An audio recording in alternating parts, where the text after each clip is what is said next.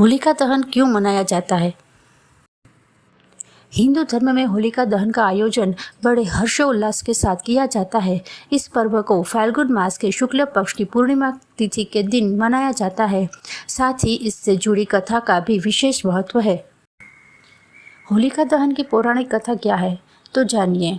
पौराणिक कथा के अनुसार एक समय की बात है जब हिरण्यकश्यपु नाम का असुर राजा अपने पुत्र प्रहलाद से नाराज था, क्योंकि वह भगवान विष्णु का परम भक्त था।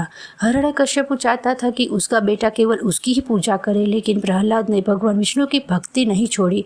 इससे क्रोधित होकर हिरण्यकश्यपु ने प्रहलाद को मारने के लिए कई प्रयास किए, लेकिन हर बार भगवान विष्णु ने उनकी रक्षा की। आखिर में हिरण्यकश्यपु ने अपनी बहन होलिका की मदद ली, जिसे यह वरदान था कि वह अग्नि में नहीं जल सकेगी। होलिका ने प्रहलाद को अपनी गोद में बिठाकर जलती आग में प्रवेश किया, लेकिन भगवान विष्णु की कृपा से प्रहलाद सुरक्षित रहे और होलिका जलकर भस्म हो गई। यही कारण है कि हर साल बुराई पर अच्छाई की जीत के प्रतीक रूप में होलिका का दहन किया जाता है।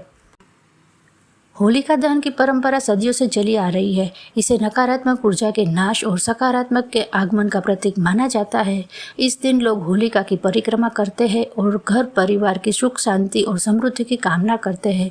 होलिका की राख को शुद्ध और पवित्र माना जाता है, जिसे लोग अपने घर लाकर तिलक करते हैं ताकि बुरी शक्तियों से बचा जा सके। होलिका दहन की पूजा विधि कैसे की जाती है? होलिका दहन की पूजा में रोली, माला, अक्षत, गंध, पुष्प, धूप, गुड़, कच्चे सूत का धागा, बतासे, नारियल एवं पंचफल इत्यादि पूजा की सामग्री के रूप में एक थाली में रखे जाते हैं। इन सभी चीज़ों को होलिका दहन के समय होलिका के पास रखा जाता है। फिर श्रद्धा पूर्वक से होलिका के चारों ओर 7 से 11 बार कच्चे सूत के धागे को लपेट दिया जाता है।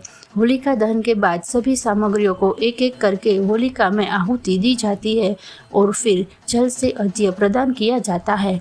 इसके पश्चात होलिका दहन के बाद पंचफल और चीनी से बने खिलौने इत्यादि को आहुति के रूप में समर्पित करने का विधान है।